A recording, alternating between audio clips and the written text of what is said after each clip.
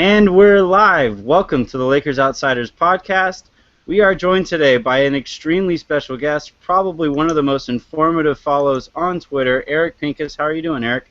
Doing great. Thanks for having me. We're really excited about this one. I've peppered your DMs, I don't know, roughly as many times as people have asked you about Robert Upshaw to come on, but it's been, no, we're really excited to have you. And then we also have Harrison. Harrison, how you doing? I'm all right. I'm glad I could also be here. Sounds good. Harrison may or may not have skipped a class to attend today, so shouts to that professor for being lenient. Or maybe a shoot around over in New York, Sasha Vujacic looking guy over here. Yeah. He used to have his hair real long, and he used to do his eyebrows thing that Kobe gave Sasha a hard time for a lot. Yeah, I'll take that as a compliment if I look like Sasha Vujacic. That's a first. Maria Sharapova, holla. Yeah, he did fine. I can't complain. So we got I'm relatively new to the blogging industry. I've always loved basketball, but I'm always interested about what kind of gets people into this. The steps that people take along the way. Eric, when did you decide, hey, I'm just going to, hunker down and focus on the CBA, and what were you doing before then? What brought you to basketball? Well, I've been writing for a long time, I guess, at this point, somewhere in the neighborhood of 12 years about. Whenever Chris Kaman came in as a rookie, that's my starting point. He was my first interview, and that was a long time ago. So I just started writing at some point online when online was really young in this particular field as far as sports. There were message boards. There weren't really blogs yet. There wasn't Twitter. There wasn't Facebook. There wasn't all the stuff we have now that we take for granted. But I just started writing because I was a fan of the game. And I found that people liked what I had to say. They liked my insight, liked my takes. And over time, I said, okay, this is a job, and this is a job where I could go to games, and I can get paid to go to games as opposed to paying to go to games. And so if you can arrange that, then why wouldn't you? Along the way, I hooked up with Hoops World, which is now Basketball Insiders, and met Steve Kyler, who helped me get started, at least on a professional level, helped me get in the building. And I've still worked, of course, doing the salaries for Basketball Insiders. I picked up the LA Times along the way. And the secrets are nothing more than just really working hard, outworking the next guy, putting in a lot of hours. When you hit a pitfall and something doesn't work, write more, not less. Don't walk away from it. Push harder and treat people well. Be respectful. Follow the rules of the job, but also don't let people push you around, all that kind of stuff. As far as the CBA stuff, there was a lot of I was covering the Lakers for Hoops World at the time. A lot of questions. Why don't the Lakers go and do this? And at some point I'd say, well, that's actually illegal. You can't trade this person for that person because of this reason, the other reason. And over time I realized there were all these rules, and there wasn't a lot of education among fans and among the media on the rules. And I hooked up with Larry Kuhn, who I'm good friends with, and that's a good person to be friends with. It just so happens that we actually like each other, although you'd have to ask Larry that. And I learned a tremendous amount from him. So people say like, oh, I know all this, and I'm the guru and all that, and I look at Larry and say I don't know as much as Larry. And I know Larry will probably tell you that there are some people that know more than him. So I just, at some point, if you want to know what one team is doing and what their options are, in the context of, at the time, was actually two teams, the Lakers and the Clippers, you would need to know what the other 28 teams are doing and what their options are, and everything is intertwined. And that's kind of what sparked me into learning it, and over time I just found access and ways of getting that information, and in theory being good at it. We'll see. I don't know. It depends on. I mean, like I said, you're one of the most informative people, on Twitter. It boggles my mind that, you have 36,000 followers, but really, given the information that you're able to share, I can't understand anybody following this business who wouldn't follow you. With the CBA, was it just a matter of, hey, I'm going to talk to Larry, and then I'm just going to hunker down for like a week, and then anytime a new CBA comes out, you just that's all you do. Nobody talk to me for a good month. Well, you start. Well, I mean, there's the new CBA part, but there's just like getting started part. And what I would recommend for anyone who's interested is to go to Larry's FAQ, which is at what is it? It's at just search Larry Kuhn, CEO, CBAFAQ.com. That's it. Yep. CBAFAQ.com. And that's where I got started as far as, okay, there's a rule book. When you first get there, you don't even know there's a rule book. And then you say, okay, there's a rule book. This is basically the Cliff Notes version of the rule book. And then there's more than the CBA. There are bylaws. There's an operations manual that the NBA has. There's all kinds of stuff that over time you realize that it's very complex. It's so complex that a lot of teams don't even really know all the rules, and a lot of them are stumbling along as they go trying to figure them out, especially when there's a new CBA, because they don't really know. And the CBA gets enacted, and there's kind of a loose agreement. They get some sort of documentation on it and a summary, but when the new CBA comes, they're kind of flying in the dark. Because it takes time to really learn the nuances of how you can take advantage. What are the loopholes? How do you take advantage of the rules? That's the best teams at CBA management. They really milk it, and you have to milk it. If you look at what the Celtics do, you look at what the Thunder do, whether you agree with them or not. They're about to have a trade exception expire that they bought basically when they traded Hashim Thabit to the Sixers. Oh, that's right. Yeah. I think it's 250,000. I'd have to check. 2.5 million or 1.25. It's 1.25 million. That's what it is. And it's they paid $100,000 to generate that. They didn't use it, but it's about flexibility. They had it, and I think it expired today. So, but the point is that these teams that are creative, they have to just go through these legal documents and make sense of it. You want to read the CBA, but for the average fan, you probably get everything you need from reading Larry's FAQ and then reaching out to people who can explain sections that are vague, not to Larry's detriment. I mean, it's just there are concepts that are hard to understand even when they're spelled out, and sometimes it takes a person to explain it to you. So Larry's great at communication. He'll talk to people. I'll talk to people. There are other people online who know this stuff who are happy to share, and I'm very friendly on Twitter, so if you hit me up, I'll do my best. As long as it's not on like a day where a big news breaks, because then I'll get like 1,000 hits and I can't reply to them all. But on a normal day, it's pretty reasonable for me to answer as many as I can, as best I can. And Harrison, you are, you're actually at Cal State Fullerton studying journalism, right? So, did you have any questions about, the way to go about that best?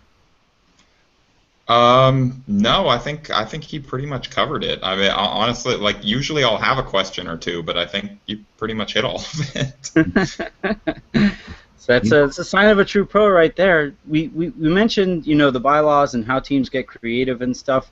What would you say is you mentioned the Thunder buying, a trade exception for $100,000 worth 10 times that amount, more than 10 times that amount.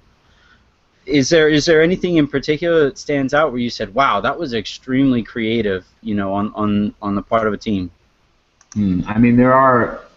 You just look at all the permutations. I'd have to look closely. A lot of what the Celtics do, Mike Zarin over in Boston is their CBA whiz.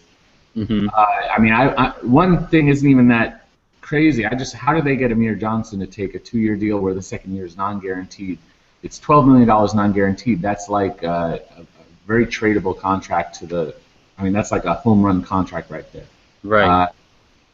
The Lakers did a good job of getting out of the Roy Hibbert trade kicker by making sure that it was illegal for them to give him any substantial. He could have gotten about $2.5 million, we'll call it, and he got about $65,000. So they were able to manipulate that.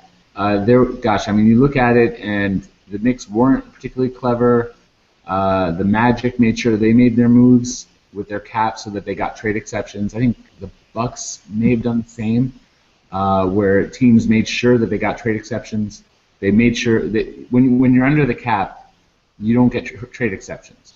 But right. They made moves, and then they got over the cap, and then they traded away. So like the Bucks, I think they traded Jared Dudley to the Wizards. I believe after, and I'd have to look, and if I'm saying anything wrong, shoot me, but they traded him after they'd gone over the cap. So now they also have that additional tool. So really, I guess the key word is flexibility. All teams that want to do you don't know what's going to happen. You don't know what opportunities are going to come up, and the best example is Josh Smith last year with the Pistons. He had 2 years left at a large dollar. Who knew that he would become a free agent, and then he would go to the Houston Rockets and help them get as far as they did in the playoffs, conference finals. So there's no real way to predict what's going to happen. And so when you're a team, you want to have the option to pivot, go any which way. Maybe you need cap room. Maybe you need trade exceptions. Maybe you need expiring contracts. Maybe you need like an Amir Johnson type contract. Or in this year it was Brendan Haywood who had that kind of contract. That's right. And cut it. You just need to have flexibility if you're a team and hope that it works out. And you don't know you don't know what free agents are going to say yes. You can't make a trade in a vacuum because you can't trade with no team. You have to find a team that's willing to trade with you. You can only draft once a year, and unless you get the number 1 pick, you only have, if you have the number 2 pick, you really only have one choice, right? At some point, every time you have a pick, maybe you only have one choice. It depends on your philosophy of the draft. But the point is that you have the full board on when you're number 1. Makes sense. You only get that pick, and maybe you get 2 picks in a draft. Maybe you've traded and gotten more, but there are very few times where a team has the absolute control. In free agency, you're relying on agents and players saying yes, trades on other teams, and draft, like I said, it only comes around when it comes around. So you just have to have as many tools as you have to do whatever you can do in the moment that you can make those decisions, and you try to make the right decisions. And as you see, a lot of teams make bad decisions, but they made in those moments they made the best decisions they could, and some of them have good heads on their shoulders, and some of them you go, oof, that was a mistake when you make it. And sometimes you say, I wish they would have called me first and just say, hey, what do you think of this move? And let me give you my honest opinion. But I don't know. That's what the for, I guess. That's kind of how I wish we would have called you before we brought Harrison on to Lakers Outsiders. The CBA didn't work out. Now we're all trying to do backflips to get back under the salary cap. It's been a hassle. One thing that is as exciting the NBA has become, and with all the young talent that continues to make its way into the league, and with the current generation of players being as strong as it's ever been, I feel like the only thing that can really kind of knock the league off course is some kind of impending lockout. And the Lakers, or not the Lakers, the players, by the accounts that I've been able to see, weren't particularly happy with how the owners went about crying poverty, and then you had teams sell for $2 billion. Being a CBA whiz, do you see the players opting out of the current CBA at the end of this season? Well, it's actually the end of next season. We have one more season. Mm-hmm. But basically, there's a lot of money on the table. Player contracts, as we can see, are jumping. Next year, the salary cap's going to jump to somewhere around $90 million, and the max contracts are going to hit in the $20 to $30 million range, which is insane. In the recent past, it was in the, call it, 14 to 18 range, or somewhere in that range, maybe 20 at most. And there's so much money that you could say, well, why would the players leave that money on the table? Why would the owners, with this new TV deal, they have a new Nike deal, there's so much income right now. Teams are selling for, like the Clippers sold for $2 billion. Obviously, the sale prices have climbed. I mean, they all aren't going to go for $2 billion, but there's a lot of reasons to say no. A lockout makes no sense for the players and for the owners, and ultimately, that's true, that they should stick it out and make it work. However, in the last deal, the owners, they went from around 57% to the players to 51% to the players. So they jumped 6 points in the big piece of the pie. And the players really took their eye off the ball, because we can argue over hard cap, and we can argue about length of contracts and this, that, and the other thing. The only thing that really matters is how you divide that pie. If you get more money in that pie, it doesn't matter if it's a hard. You can argue that it is a hard cap as it is, because if the players Right now they're capped at 51% in aggregate. In other words, all the player contracts and all the money they make is 51% of the money that comes in of basketball-related income, right? So that means that if they were to make 52%, they actually don't get to keep that extra percent. If they made 53%, there is a cap on what the players can make. And of course, they would like that cap to go back up. They're not going to get it back to 57, but they may lock out just to try to get it as close to that as possible. And 54, 53, 55, that might be what the lockout's about for the players, unless, once again, they get sidetracked and start talking about this, that, and the other thing. Because really, every rule and every item, if you go down the FAQ, look at Larry's FAQ, all that doesn't matter except for the split. If you're in business, that's the split. That's the one that matters. And that's where the players got killed. They gave up way too many points. We can debate whether or not the owner's crying poverty at the time was legit. It was more legit than the players believed. It was less legit than the owners believed. But the way that the system was at the time, there were flaws. Remember, the economy was not what it was. The TV deal, there was no TV deal. And we could talk about ownership and how there's appreciating value in owning it.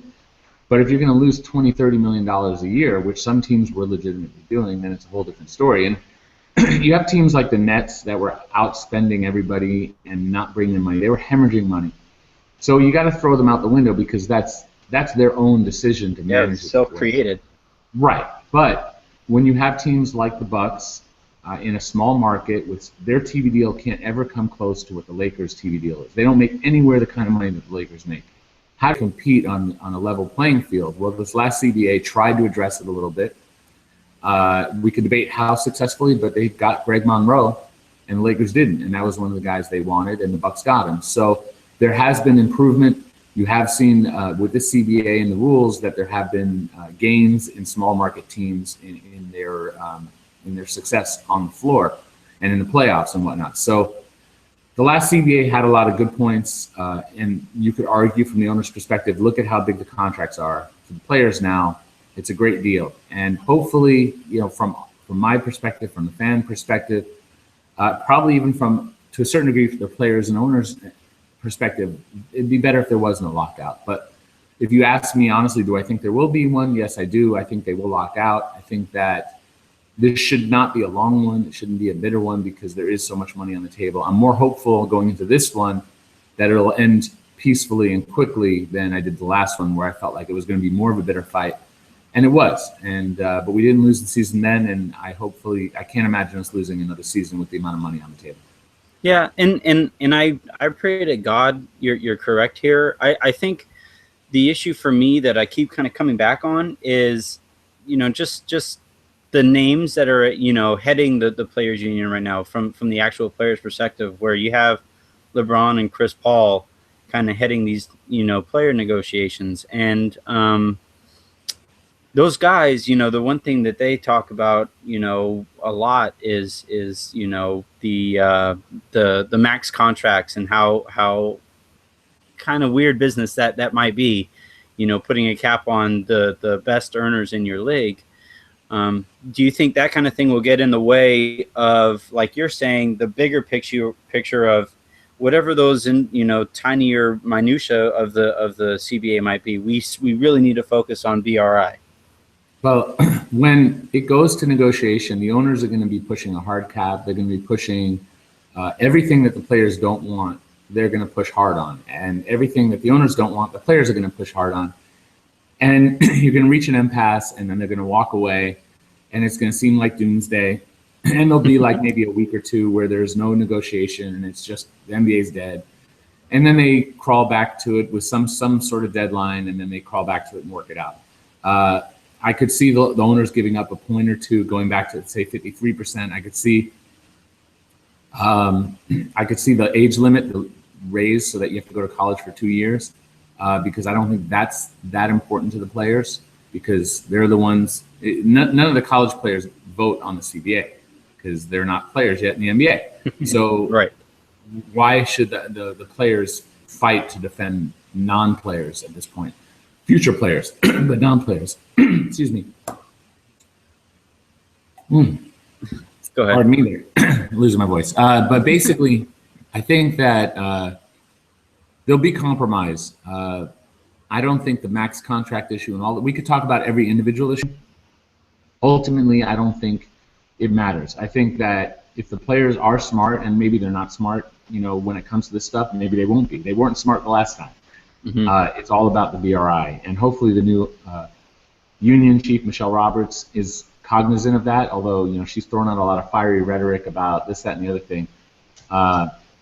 And I think that's just position making at this point, and that's fine. None of it matters right now.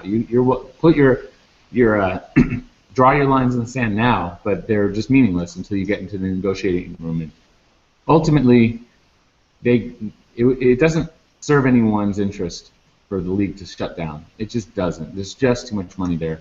So hopefully there won't be anything. Chris Paul, LeBron James, all these guys who are now in charge of the union, hopefully they'll use good business sense. I mean, remember, these are not players who went to years of business school. They've learned from life, which is very valuable. And there are some people who are better at business because of what they've learned in life than what they learned in business school. But LeBron didn't go to college. He didn't get a master's. He didn't go through this, but he has a lot of experience. So same with Chris Paul. He had a little bit more time at Wake Forest, but I'm curious to see how these players, a lot of the players don't know a lot about business, but some do, and the ones hopefully in charge will make good decisions and will show what they've learned from their life in business in the NBA, because you learn very quickly. And Chris Paul, LeBron James, I mean, they got to look out for everyone, and I'm sure they will. Hopefully, at least on the player side, and hopefully we'll have a peaceful resolution of this without any lost games. Yeah, and at the end of the day, I mean, if negotiations get really sour, I guess Cliff Paul can always step in and try to, calm the waters a little bit. There you go. So, Harrison, I'll let you go ahead and handle, how we want to talk about the Lakers offseason. It's been a pretty interesting one. You had the highs and the lows, so go ahead. Yeah, well, while you guys were talking about the CBA opt-out, my computer decided to opt out from working, and so it completely crashed, but I'm back. Eric, I did want to ask you regarding the Lakers offseason. I know this is something you've been asked about on Twitter a lot already, but I was curious if you had kind of any extended thoughts on Robert Upshaw and his final chances of making the roster, because it seems like a lot of fans and a lot of writers just think it's kind of a given that he's going to be there ever since that it was reported that the Lakers had reached that supposed 2-year deal with him. But it seems like you've been pretty vocal on social media that that's not a done deal. The LA Times never reported it. Yeah, no, I know it was some, I forget who reported it, but yeah. It was reported in written media, and then it was reported live on TV, like the Lakers Time Warner Cable, I believe they said that they've signed a deal, et cetera, et cetera. But there is no signed deal. There was some basic verbal negotiation, which is normal in this business. They obviously didn't sign a contract. Now, the Lakers signed Jonathan Holmes, right? They signed Michael Frazier. Yeah. They signed Anthony Brown. They signed D'Angelo Russell. They signed, you can go down the list of players that they signed, Larry Nance Jr., and then the free agents that they signed, Lou Williams. They haven't signed Robert Upshaw. Well, why not? Well, what's the holdup? Well, there's obviously a holdup, right? Otherwise, they would have signed him. This is a guy who got kicked out of 2 universities. Is that something that's okay? Is there a reason why he got kicked out? Laker fans see potential, and there's kind of we see this every year, and I've been seeing this forever. I mean, I was talking to someone the other day, Marcus Douthat, Somalia Samaki. We can go down the list if you're a long-term Laker fan of players who were supposed to come in and be, oh wow, they're going to change the Lakers. There's a reason why these players either go undrafted or late in the draft. There's a reason why Upshaw averaged 2 points a game and barely could breathe running up and down the court because he was completely out of shape. Even though this is his job that he's trying to get and he just wasn't in condition, I don't know how to help you there. Now, he did have some sort of heart issue, but ultimately I don't think that's why he was out of condition. There was a heart issue that hurt his draft stock that was reported on Draft Express, and it's a long-term issue that they'd known about. It was just testing that needed to be cleared, so it's not like he couldn't have kept conditioning. So the bottom line is that the Lakers have not signed him. I spoke to someone with the team, and there's no immediate plan to sign him. Yet the fans are just, not all of them, but a lot of them are convinced that he's essentially the next Dikembe Mutombo, Dwight Howard, any defensive, Akeem Olajuwon, start going down the list, Kareem Abdul-Jabbar, Will Chamberlain. I mean, it's ridiculous. And ultimately, this is a guy who got kicked off for very good reasons. And I know some of the reasons of what went on, but I can't report it because I wasn't there, and I'm getting things secondhand. But there's real baggage. He talks a good game. I've interviewed him, and he's really nice. Says a lot of the right things. But a lot of people say the right things, and there's just air, and it's just words. The Lakers obviously saw enough of him, good and bad, in Summer League not to sign him to this point. We'll see. Maybe they sign him, and maybe he comes to camp and shows something that makes him valuable. But I know that fans may not be terribly high on Robert Sacre right now as a performer, but this is a guy who comes to work every day with a great attitude, makes the Lakers a positive locker room environment, works really hard in practice as a backup big and a practice big. Is he a rotation player? At this point, you could say no. But I would say 30 teams right now would probably prefer Robert Sacre over Robert Upshaw. And so the fans need to understand that's accurate, what I just said. And so why? Why is that accurate? Why would 30 teams prefer Robert Sacre over Robert Upshaw? How much stock are you putting in this guy? If they did sign him, if he did come in, he probably would not play much as a rookie. If he did, he would probably come in and average a couple points a game, maybe 0.25 blocks and a rebound, maybe half a block. That's like a good year for him, would be not playing and being a backup, the 15th guy. That's reality. That's where he's at. He did not play a lot of college. He got kicked out twice. He's not in shape. He doesn't have a lot of experience, but he has a tremendous raw potential. If he could ever catch it, tap it, become what he could be, absolutely, yeah. He's a pro. Well, I think he has potential. I think a lot of that goes back to what you were talking about with the contracts, where like teams are just trying to do what they can do in the moment to like keep themselves as flexible as possible. So I think a lot of fans are hopeful that like if he could hit and obviously tap into that potential, then that's like that's a good contributor under a cheap contract. But I also understand what you're saying about there's a lot of stuff behind the scenes that we don't necessarily know about. Yeah, well, it's an opportunity cost, right? Yeah. Opportunity cost is, for those who don't know economics, it's not what you're spending money on, it's what you're not spending on. So if you're spending money on Robert Upshaw, and Lakers have 15 roster spots, okay, let's say they give one to Upshaw, now there's someone else who doesn't get a job. Now let's say Upshaw comes in, gets a $500,000 contract, and spends that unwisely and doesn't take it seriously and relapses into whatever it is that led to these problems, and now he's out of the league. And so now the Lakers had an opportunity to bring in someone else at $500,000, develop them. Maybe that's Michael Frazier. I don't know. Maybe that's Jonathan Holmes. Maybe that's Jabari Brown or Tariq Black or anybody who has a non-guaranteed contract on the team right now. Maybe it's someone we don't know.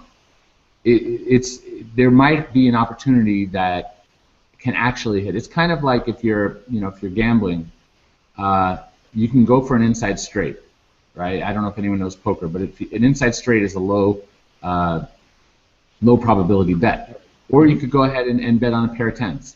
A pair of tens is better than an inside straight. So maybe call it a pair of fours. A pair of fours is better than an inside straight draw under the right circumstances. Maybe Michael Frazier is a pair of fours. Right? Is that a better bet than an inside straight? Probably. And so from a poker perspective, and basketball is very related to poker, and if anyone is a Laker fan, Jerry Buss was a diehard poker fan, a very good poker player, and a lot of what went into his logic on how he ran his team comes from the same principles as poker, and you have to look at it from that perspective. It's gambling, and you're trying to make the right decision and the right calls. Robert Upshaw, if he's the right call, the Lakers will make it. They'll give him a shot. They got him a really good look at him up close in Vegas, and I know that the Lakers had a day off, and Mark Madsen was furious on how the Lakers behaved on that day off and how they weren't serious, and clearly that was a mistake, letting the team have a day off. Was Robert Upshaw the leader of that? I don't know. I wasn't in that room or wherever they were, but something obviously changed, right? I mean, they went from the agent, from Robert Upshaw's agent, basically allegedly telling reporters that a deal was struck, and I can't verify that, but let's say that's the case, because the team certainly didn't tell everybody, to suddenly persona non grata, and they have no, something obviously happened. Something obviously turned the Lakers off. Something obviously spooked them. Maybe it was his performance on the court, maybe it was something off the court. So there's a fixation, and like I said, fans like to fixate on potential, and Robert Upshaw's potential to burn out and not be successful far outweighs his success odds. And there are guys who are, like I said, pair fours that may pay off and be a nice role player versus someone who, 1 in a million may be something great, but probably 999,000 times isn't a great bet. So maybe the Lakers still make it, and maybe there's no reason not to. But to appoint him as the next Bill Russell is just absurd. And if fans actually knew what went on, they would move on and they wouldn't be interested. So there's some real baggage there that isn't something that is just, it's okay. He got kicked out of 2 universities. It's okay because he was misunderstood. I don't get it. Right, and I think there's, the human element to it too. It was interesting. We were both, Harrison and I were there for the first couple games, and there was a real supportive vibe for the guy. But yeah, it's at the end of the day, I like how you put it, where a spot that you give to that guy is a spot that you don't give to somebody else. And if Michael Frazier turns out to be a really solid shooter, something the Lakers could really use, then that's a complete waste of a roster spot. Kind of moving on to the rest of the Lakers offseason, like I kind of alluded to a little bit earlier, the Lakers, they swung and missed on Aldridge, and like you mentioned earlier, they didn't get Greg Monroe. But in my opinion, the offseason turned out pretty good. From your standpoint, were you surprised with the team the Lakers were able to piece together? It's okay. I like their backup plan. They had their backup plan of Roy Hibbert for some time. It wasn't like they just struck out and then panicked and, what do we do? They had Hibbert in their back pocket so that they could let guys like Robin Lopez go to the Knicks without panic, or whoever else, and not go chasing after guys like Costa Koufos, who they probably wouldn't want to invest in when they can get a short-term option like Hibbert. And Hibbert is an all-star. At least he's been an all-star center, and he gives you exactly what the Lakers need, is that they haven't had a defensive presence. So, in theory, Hibbert could be, in a contract year, a great get, and basically a harmless get, $15 million, $16 million range. That's not a lot of money in 1 year, as opposed to spending like 60, 70, 80, $100 million on a center. It gives the Lakers the flexibility. They can keep him long-term, or they can go in a different direction. But Brandon Bass is a solid vet. I'm not sure he helps you more than Carlos Boozer did. Lou Williams is a fun scorer. He's kind of superfluous with Nick Young. They kind of do the same thing, so we'll see how that works out. Maybe Nick Young's on his way out, although I don't think there's any trade options right now for the Lakers. So we'll have to see how that comes together. D'Angelo Russell I thought was a bold move. I thought the Lakers were going to go big just out of their tradition. But every one of the Lakers' all-time great centers was closer to 7 feet or 7 feet or above, and Jahlil Okafor is not 7 feet. He's barely 6'10", and so they passed and went with Russell. Russell didn't look great in Summer League, but Summer League is not necessarily a great indicator of what someone will be. So I'm curious to see what Russell will be. I like the backcourt of Russell and Clarkson and what their potential could be. I like Larry Nance Jr. as a role player and Anthony Brown as role players, good role players. Did the Lakers do great? Did they dramatically upgrade? No, but they're better because you can't be worse than 21-61, right? They'll be a better team by default. Do I think they're a playoff team? I think they'll fight to get close to 41-41, 500. It depends on how close they are in the race. Remember, the Lakers don't really have a pick if they're not top 3. So if they're in like the 12 range or the in the lottery. So if they're around the 20th worst team in the league, last month of the season, a lot of the really bad teams don't necessarily want to win because they're trying to get better lottery position. And some teams in the playoff hunt are already established, and they start to sit veterans when games don't matter to them. If the Lakers have nothing to lose, they might get I could see the Lakers getting a bunch of wins late in the season that could pad their records. So if they could hit 41 wins by just other teams not even trying to win. I don't think they're a playoff team. I think they're on their way out now. Out of the top 8. Now, if you look at all the teams, there's at least 6 teams in the West, I think, that are locks, barring injury. Spurs, Clippers, Warriors, Grizzlies, Thunder, Rockets. Okay? And now you look at the Pelicans, and outside of Anthony Davis, I'm not really sold on who they are. But Anthony Davis is amazing and can carry them to a top 8 seed. As long as he's healthy, they're a playoff team, and that's a big if. And then the Suns, the Mavericks, these are all wild cards. The Wolves, the Jazz, the Kings, the Wolves. Did I leave out? I left out someone. The Blazers. The Blazers, yeah. Yeah. I think the Lakers are better than the Nuggets and the Blazers, or at least have the potential to be. They have the potential to be better than the Kings if the Kings do not get the chemistry together because of all their there's a lot of chemistry issues surrounding DeMarcus Cousins, and maybe that roster comes together.